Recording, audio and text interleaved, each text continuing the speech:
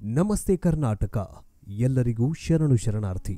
Digital book Kannada YouTube ಚಾನಲ್ಗೆ ಸ್ವಾಗತ ಸುಸ್ವಾಗತ. ಕೇದಾರನಾಥ ದೇಗುಲದಲ್ಲಿ ಮಹಾ ಅಪಚಾರ. 2013 ನಂತರ ಶಿವನೂರಿಗೆ ದೊಡ್ಡ ಗಂಡಾಂತರ. ನೀರಿನಲ್ಲಿ ಕೊಚ್ಚಿಹೋದ ಜನರು, ದೊಡ್ಡ ದೊಡ್ಡ ಮನೆಗಳು, ಬಂಗಲೆಗಳು ಕೊಚ್ಚಿಕೊಂಡು ಹೋಗಿದ್ವು.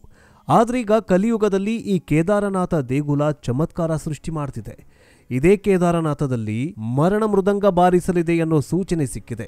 ಕೇದಾರನಾಥದಲ್ಲಿ ಉರಿಯುತ್ತಿರುವ ದೀಪ ಆರಿದೆ. ದೇಗುಲದ ಹಿಂದೆ ಇದ್ದ ಬಂಡೆಗಲ್ಲು ಅಲ್ಲಾಡಿದೆ. ಕೇದಾರನಾಥದಲ್ಲಿದ್ದ ನಿಗೂಢ ಬಾವಿ ಬತ್ತಿ ಹೋಗಿದೆ. ಹಾಗಾದ್ರೆ ಶಿವ ಮತ್ತೆ ಕೊಟ್ಟನ ವಿನಾಶದ ಮುನ್ಸೂಚನೆ?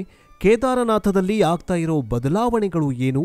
ಹಿಮದಿಂದ ತುಂಬಿ ತುಳುಕುವ ಈ ಕೇದಾರನಾಥದಲ್ಲಿ ಬಾವಿ ಬತ್ತಿ ಹೋಗಿದ್ದಾದ್ರೂ ಹೇಗೆ? ಬನ್ನಿ ಕೇದಾರನಾಥ ರಹಸ್ಯವನ್ನ ಈ ವಿಡಿಯೋದಲ್ಲಿ ಹೇಳ್ತೀವಿ. ವಿಡಿಯೋ ಎಲ್ಲೂ ಕೂಡ ಸ್ಕಿಪ್ ಮಾಡದೆ ನೋಡಿ. ನೀವೇನಾದ್ರೂ ಶಿವನ ಭಕ್ತರಾಗಿದ್ರೆ ಓಂ ನಮಃ ಶಿವಾಯ ಅಂತ ಕಮೆಂಟ್ ಮಾಡಿ. ಇಂತಹ ರಹಸ್ಯ ಮತ್ತು ವಿಸ್ಮಯಕಾರಿ ಸುದ್ದಿಗಳು ಮತ್ತೆಲ್ಲೂ ಸಿಗೋದಿಲ್ಲ, ನಮ್ಮಲ್ಲಿ ಮಾತ್ರ ಸಿಗತ್ತೆ. ಸೊ ಅದಕ್ಕಾಗಿ digital book Kannada YouTube channel ಅನ್ನ ಈ ಕೂಡಲೇ ಸಬ್ಸ್ಕ್ರೈಬ್ ಮಾಡ್ಕೊಳ್ಳಿ. ಸೊ ಇನ್ಯಾಕ್ ತಡ, ಬನ್ನಿ ಸುದ್ದಿ ಜಾಲದೊಳಗೆ ಹೋಗೋಣ. ದೆವ್ವ ಭೂತ ಅನ್ನೋದು ಕೆಲವು ನಿಗೂಢ ಪ್ರದೇಶಗಳಲ್ಲಿ ಮಾತ್ರ ಇರತ್ತೆ. ಕೆಲವು ಭಯ ಹುಟ್ಟಿಸೋ ಜಾಗಗಳಲ್ಲಿ ದೆವ್ವಭೂತಗಳು ಇರೋದು ಸಾಮಾನ್ಯದ ವಿಷಯ. ಆದರೆ ದೇವಸ್ಥಾನ ಇರುವ ಪ್ರದೇಶದಲ್ಲಿ ಇಂತಹ ಘಟನೆಗಳು ಏನಾದರೂ ನಡೆದ್ರೆ ಹೇಗಿರತ್ತೆ? ದೇವಸ್ಥಾನದಲ್ಲಿ ದೆವ್ವಗಳ ಕಾಟ, ಭೂತಗಳ ಆರ್ಭಟ ಸುದ್ದಿ ಕೇಳಿದ್ರೆ ಖಂಡಿತ ಎಲ್ರಿಗೂ ಶಾಕ್ ಆಗತ್ತೆ. ಇಂತಹ ಘಟನೆ ಈಗ ಕೇದಾರನಾಥದಲ್ಲಿ ನಡೀತಾಗಿದೆ. ಭಾರತದ 4 ದಿಕ್ಕುಗಳಲ್ಲಿ ಇರುವ ಚಾರ್ಧಾಮ್ ಅಂದ್ರೆ 4 ಪೀಠಗಳು. ಉತ್ತರದಲ್ಲಿ ಬದರಿನಾಥ, ಪೂರ್ವಕ್ಕೆ ಪುರಿ ಜಗನ್ನಾಥ, ದಕ್ಷಿಣಕ್ಕೆ ರಾಮೇಶ್ವರ, ಪಶ್ಚಿಮಕ್ಕೆ ದ್ವಾರಕ. ಉತ್ತರದಲ್ಲಿರುವ ದೇವಭೂಮಿ ಎಂದೇ ಹೆಸರುವಾಸಿಯಾಗಿರುವಂತಹ ಉತ್ತರಾಖಂಡದ 4 ಧಾಮಗಳ ಪ್ರವಾಸವೇ ಈ ಚಾರ್ಧಾಮ್ ಯಾತ್ರೆ. ಇನ್ನು ಈ ದೇವಸ್ಥಾನವನ್ನ ಕಟ್ಟುವ ಸಮಯದಲ್ಲಿ ಈಗಿರುವಂತಹ ಮಾಡರ್ನ್ ಟೆಕ್ನಾಲಜಿ ಇರಲಿಲ್ಲ.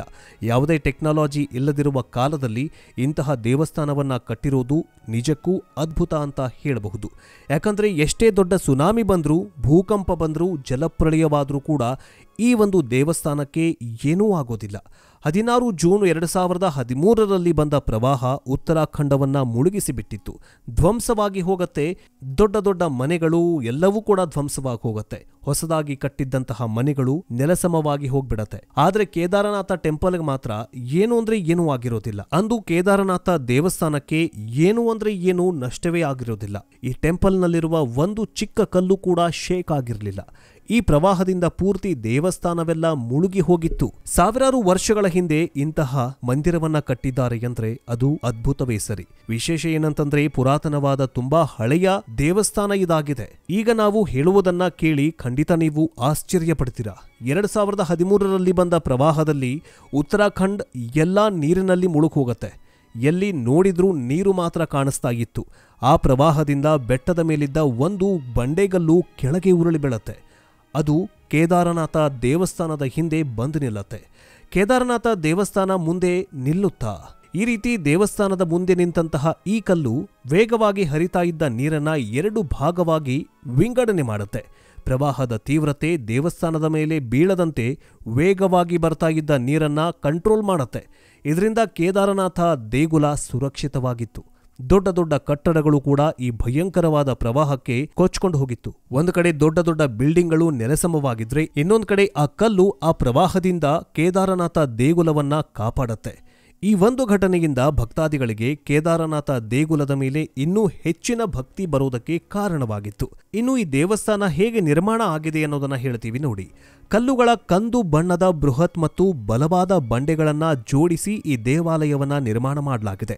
6 ಅಡಿ ಎತ್ತರದ ವೇದಿಕೆಯ ಮೇಲೆ ನಿಂತಿರುವಂತಹ 85 ಅಡಿ ಎತ್ತರ, 187 ಅಡಿ ಉದ್ದ ಮತ್ತು 80 ಅಡಿ ಅಗಲದ ದೇವಾಲಯದ ಗೋಡೆಗಳು 12 ಅಡಿ ದಪ್ಪವಾಗಿದೆ.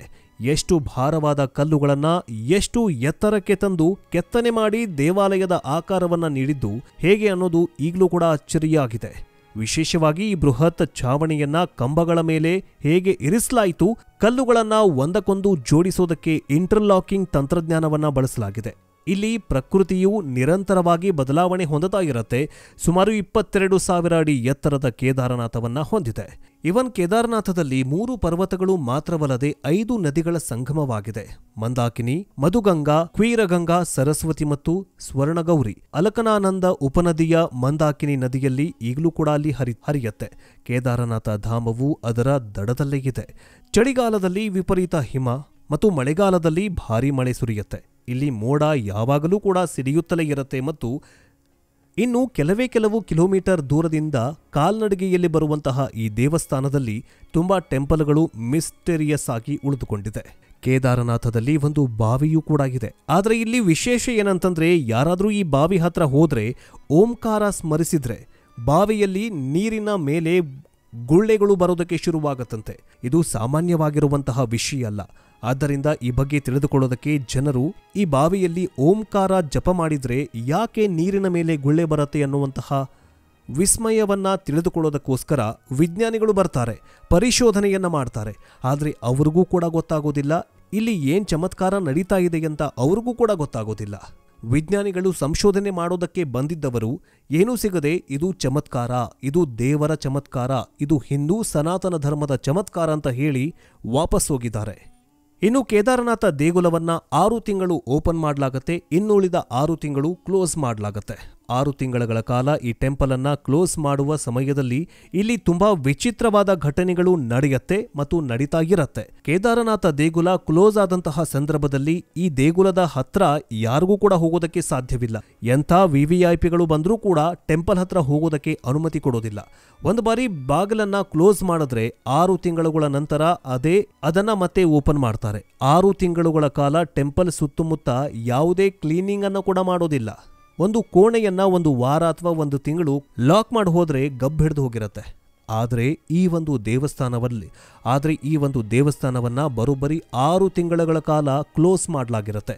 ದೇವಸ್ಥಾನದಲ್ಲಿ ಒಂದು ದೀಪವನ್ನ ಹಚ್ಚಲಾಗಿರುತ್ತೆ. ಕ್ಲೋಸ್ ಮಾಡೋದಕ್ಕಿಂತ ಮುಂಚೆ ದೇವಸ್ಥಾನದಲ್ಲಿ ಒಂದು ದೀಪವನ್ನ ಹಚ್ಚಲಾಗಿರುತ್ತೆ. ಶಿವಲಿಂಗದ ಮೇಲೆ ಹೂಗಳನ್ನ ಇಡಲಾಗಿರುತ್ತೆ. ಕೊನೆಯ ಬಾರಿ ಏನ್ ಶಿವಲಿಂಗಕ್ಕೆ ಪೂಜೆ ಮಾಡಿ ಕ್ಲೋಸ್ ಮಾಡ್ತಾರೆ, 6 ತಿಂಗಳ ಕಾಲ ಆ ಒಂದು ದೇಗುಲದಲ್ಲಿ ವಿಸ್ಮಯ ನಡೆದಿರತ್ತೆ. ಹಚ್ಚಿರುವಂತ ದೀಪ ಆರಿರೋದಿಲ್ಲ 6 ತಿಂಗಳುಗಳ ಕಾಲ.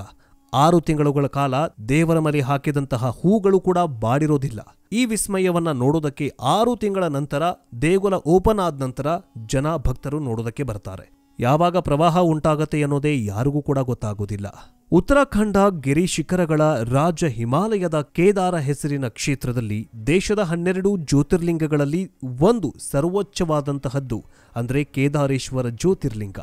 ಈ ಸಂಪೂರ್ಣ ಕ್ಷೇತ್ರಕ್ಕೆ ಕೇದಾರ ಧಾಮ ಅಂತ ಗುರುತಿಸಲಾಗುತ್ತೆ. ಈ ಸ್ಥಾನವನ್ನ ಚಿಕ್ಕ 4 ಧಾಮ್ಗಳಲ್ಲಿ ಒಂದಾಗಿದೆ. ಪುರಾಣಗಳಲ್ಲಿ ಬರುವ ಕಥೆಯ ಅನುಸಾರವಾಗಿ ಹಿಮಾಲಯದ ಕೇದಾರ ಶೃಂಗದ ಮೇಲೆ ಭಗವಾನ್ ವಿಷ್ಣುವಿನ ಅವತಾರಧಾರಿ ನರ ಹಾಗೂ ನಾರಾಯಣ ಋಷಿ ತಪಸ್ಸು ಮಾಡಿದ್ದ. ಅವನ ಆರಾಧನೆಗೆ ಪ್ರಸನ್ನನಾದ ಶಿವನು ಅಲ್ಲಿ ಪ್ರತ್ಯಕ್ಷನಾದ ಹಾಗೂ ಅವನ ಪ್ರಾರ್ಥನೆಗೆ ಅಲ್ಲಿ ಜ್ಯೋತಿರ್ಲಿಂಗದ ರೂಪದಲ್ಲಿ ಸದಾ ವಾಸಿಸುತ್ತೇನೆ ಅಂತ ವರ ನೀಡಿದ.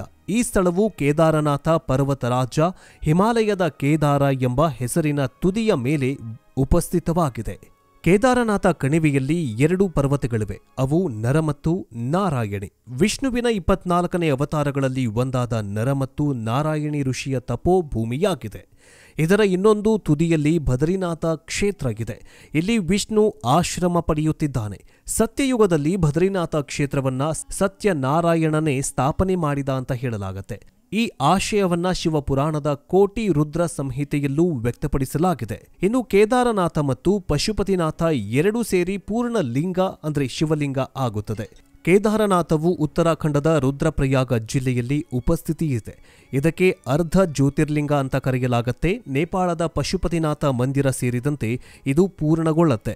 ಇದು ಪ್ರಾಚೀನವಾದ ಸ್ವಯಂಭೂ ಶಿವಲಿಂಗವಾಗಿದೆ. ಈ ಮಂದಿರದ ನಿರ್ಮಾಣವನ್ನ ಜನಮೇಜಯ ರಾಜ ಮಾಡಿದ ಹಾಗೂ ಅದರ ಜೀರ್ಣೋದ್ಧಾರವನ್ನ ಆದಿಶಂಕರಾಚಾರ್ಯರು ಮಾಡಿದ್ರು.